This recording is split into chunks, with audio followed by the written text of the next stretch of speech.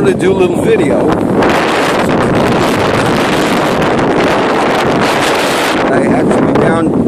I actually downshifted without the clutch. That allowed me to hold the camera a little bit.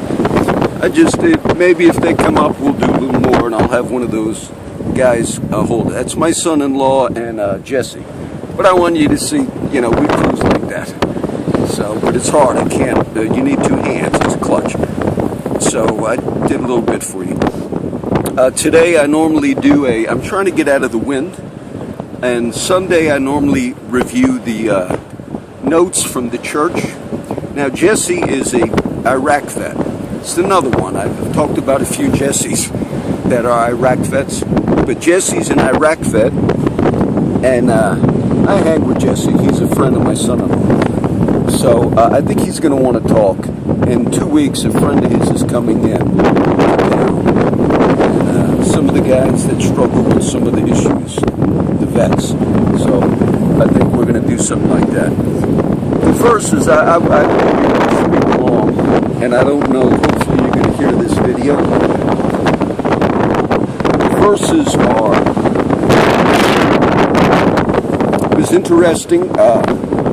This morning I listened to the Sunday Mass on the radio, and I can remember the verses, and I'll be honest, God speaks to me more through those verses, and I can just remember from the Mass. And I'm going to share those along with some of the Church Unlimited outline, and they seem to be fitting.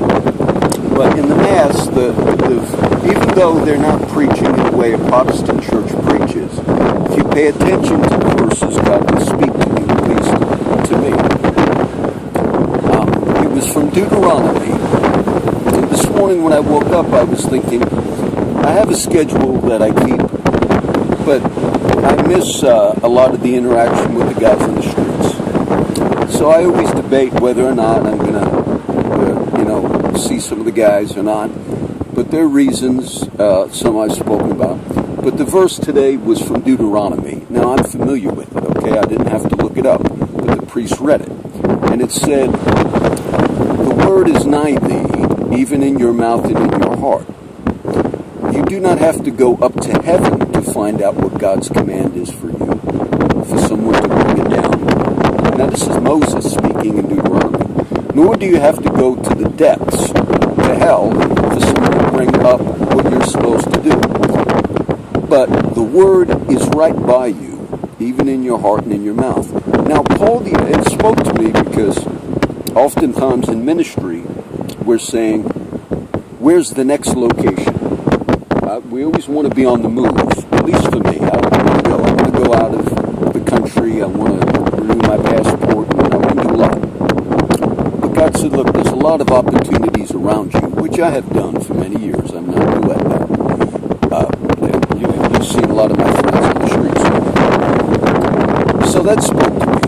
Then the next verse from the Mass on the radio, he spoke about some that I talked about in the Gospel of John on the Samaritan woman in John 4, but the priest hit on that, and he also hit on the story that Jesus told, the parable of what we refer to as, the Good Samaritan. There was a man that asked Jesus and said, what do I have to do to have eternal life? And he said, keep the commandments. The man said, I've kept them. And Jesus says, part of the commandments is to love God and then love your neighbor. And he'll say, who is my neighbor? And Jesus will tell the parable of the man on the road to Jericho. And the man was beat up, and Jesus is showing him what the will of God is. And the man was beat up, and he was a victim. He was a crime victim. John, you defend a lot of your friends that are actual criminals, but you don't seem to have any concern for the victims. No, I do. I do. And so Jesus in this parable says there was a man that was robbed. He was a victim. And he was laying on the side of the road. And the priest goes by. The religious people pass him up, and they distance themselves from him. But then a Samaritan, and Jesus uses that, this is a parable he's telling, but a Samaritan went and helped him. That's where we get the term today, Good Samaritan. That's where that comes from. And so he said to the man, this is the command of God. Now that was mixed in with the verse from the Mass of the will of God is not something you got to go find, but it's something right there, something right in front of you. Okay, then in the Church Unlimited, the Bay Area I refer to it, but it's Church Unlimited, they're doing a series on movies, and it was very good. And today Pastor Bill was not in the service, so we watched like clips from a movie that's a Christian movie, and Bill Cornelius commented, and it's on a large screen format. And I liked it because it was a movie about, I forget the name of it, but it was a man who was a Olympic athlete. It's a true story from the United States. This was during World War II, and the man wound up in the war, and he became a prisoner of war, but not with the Germans, but with the Japanese. So he wound up in a Japanese, not concentration camp, but a prisoner of war camp. And then the man, they had a lot of things they went through, a lot of trials, and it shared his testimony. And eventually there was a very abusive prison guard over them in the Japanese camp. And when the man eventually was freed and made it back to the States after the war, he went back later in his life. He became dedicated to God, and he forgave the prison guy that was over him. And they also used, at the end of, I remember these things, at the end of the video, there was a verse from the book of James, which I quoted this morning on another video, about going through trials and difficulty and tribulation. Now, I told my daughter, as we were doing the video, I said, I'm going to talk a little bit. She said, oh, God. I said, I'm going to talk some. The video was a good video. It was from a Christian perspective. And the maker of the video, there's nothing wrong with the video, but it was interesting because the maker of the video, there were like a lot of war videos that you might see if you live in the United States. A lot of people don't realize how propaganda affects us, even if it's not intentional. And the example from the movie, this is kind of how I said it upset me. In the movie, obviously, anybody that is captured by an enemy country and is held as a prisoner of war, you're going to view the country holding you as bad. And the war, I've been through the whole history of our war and World War II and Japan. We entered the war because Japan bombed our base at Pearl Harbor, okay? And that's how we ended the war. And the war ended primarily by us dropping the bombs on Hiroshima and Nagasaki in Japan, okay? In war, we have funny ways that Americans, right now we're dealing with a lot of issues in our country with the police shootings, which of course we condemn. All killing, all unnecessary killing, we condemn. A lot of people in the Black Lives Matter movement, let me ask you this. We justify no killing. Whenever someone dies, these good men that were shot in Dallas, the good cops that were shot, of course it's horrendous. And then you see the stories, which is not wrong, of the families they left behind, the children they left behind, the wives, the future.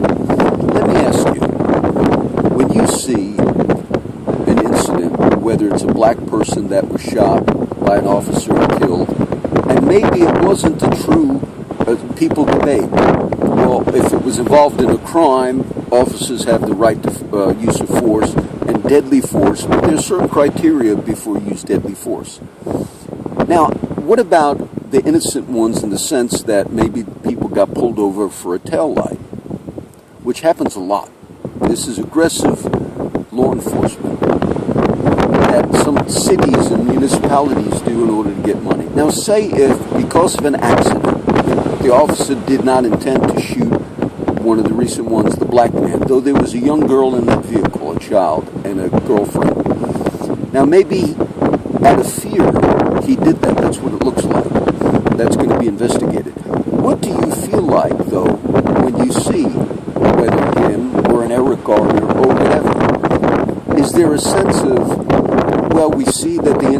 the officer might have been justified.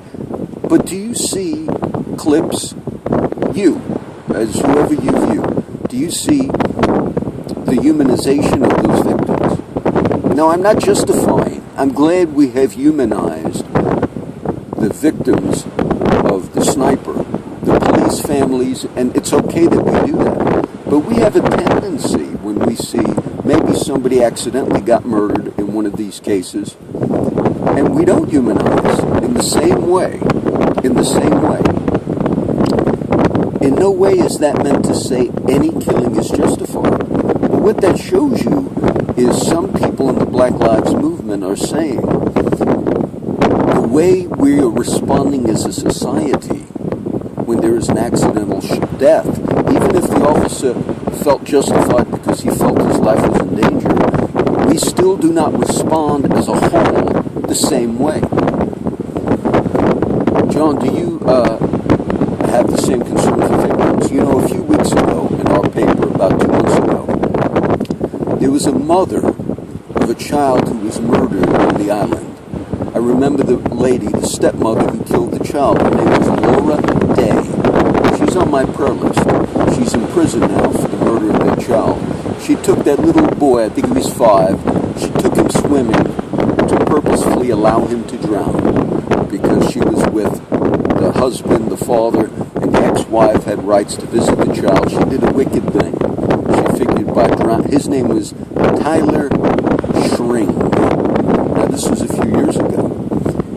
And I remember the case, and on the day this woman, Laura Day, the stepmother, took that little boy swimming and let him drown on purpose, she took him to a little Jamba Juice thing, a little restaurant where kids go to get certain types of drinks. And I remember reading the story. And then later she took him out to the island. Now, this might have been a few years ago. Every time I pass that Java Juice right here on Staples and SBID, I actually pray. The boy's dead. But I pray. I say, I believe he's with God. He's in this community. And then I pray for the mother who lost her son, and even the criminal, Miss Dad. But still, every time I pass that, to this day, and I saw an article a few months ago, the mother of Tyler Schring, the boy who died, she does a memorial thing on his birthday every year. Because a lot of people forget about her son who died, but she does not. Now, I thought I could go to the memorial for her son, but I would like her to know, do you know, every time I pass by that little place where your son had his last fun day, I still pray and think of that boy. Now, maybe it's unnatural that I would have something like that in my head, but it is. So don't say John's not concerned with victims. He just seems to be concerned with criminals. That's not true. And when I saw the video in the movie, it was a good video that the church played. But the reason I wanted to speak out on it in the other scenario is we do not humanize some of the tragedies. When we involve ourselves in war, there were Christian men that were part of the army in Iraq. Saddam Hussein had a strange way about him. He was what we call a secular Muslim, which means he didn't buy into the radical ideology of Al-Qaeda or later on ISIS, which was an outgrowth of the war in Iraq. He actually had a Christian man high on his cabinet. His name was Tariq Aziz. I remember this because he was a Christian. And in that part of the world, in countries that we see like Saudi Arabia, who are our allies, Iran, it's unheard of to have a Christian man on the top staff of your government. Saddam Hussein had that. The Christians, who were Arab Christians, they were not Muslims, in Iraq, had protection by Saddam Hussein. People don't know that. And they were Christian soldiers. And I want you to identify some of those soldiers in the Iraqi army. Not a majority, but some. They worshipped in a Christian church. It's a a certain type of historic church that's in that part of the world. Not a large number, but there were some. Same situation in the Palestinian territories, okay? Picture if they came home from work one day, a soldier, they said, we're in war because the United States has now attacked us. And say if he told his wife, who maybe they attended church, not a big percentage, but some, he said, I have no choice. I got to go to war. There's a certain decision made, and I'm at war. And of course, he'd get killed. He got shot or killed in the war. Which, you say, but John, they chose to be in that army. They didn't choose where they were born. They didn't choose being from Iraq. And yet, we seem to think that if somebody is killed by a bullet or a bomb, that's a just way of death. And the reason I bring that up is that's really just as unjust, if the war is unjust, as it would be to hold in the movie our American soldier in that Japanese camp. It's as unjust if the death of any person, even if it's a death in war, if the basis of the war was unjustified, and it was a political decision to do the war, and a Christian man was murdered, we normally do not see that view. We normally do not see it, and we normally justify. And when we even see the black people that are killed, what we do is oftentimes we don't have the same sense or the same feeling, okay? So those are the two things I want to mention.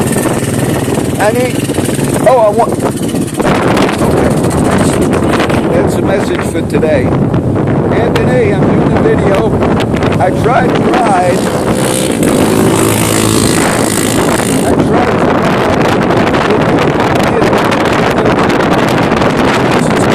It's hard to do. But I wanted to be careful. The video to see if my daughter's Anthony's wife's can be Anthony's race. Jesse! Video. Do me a favor. I want you to get a picture of me and him taking from the start.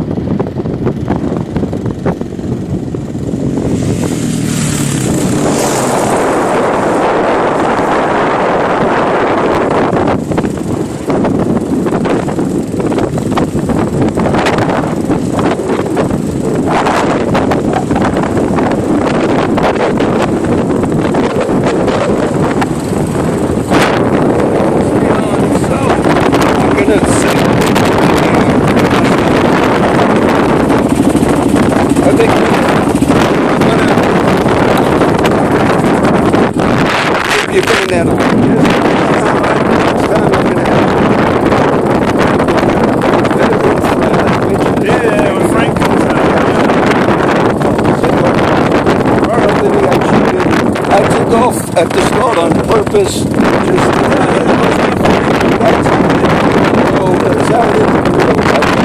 God bless everybody. Bye.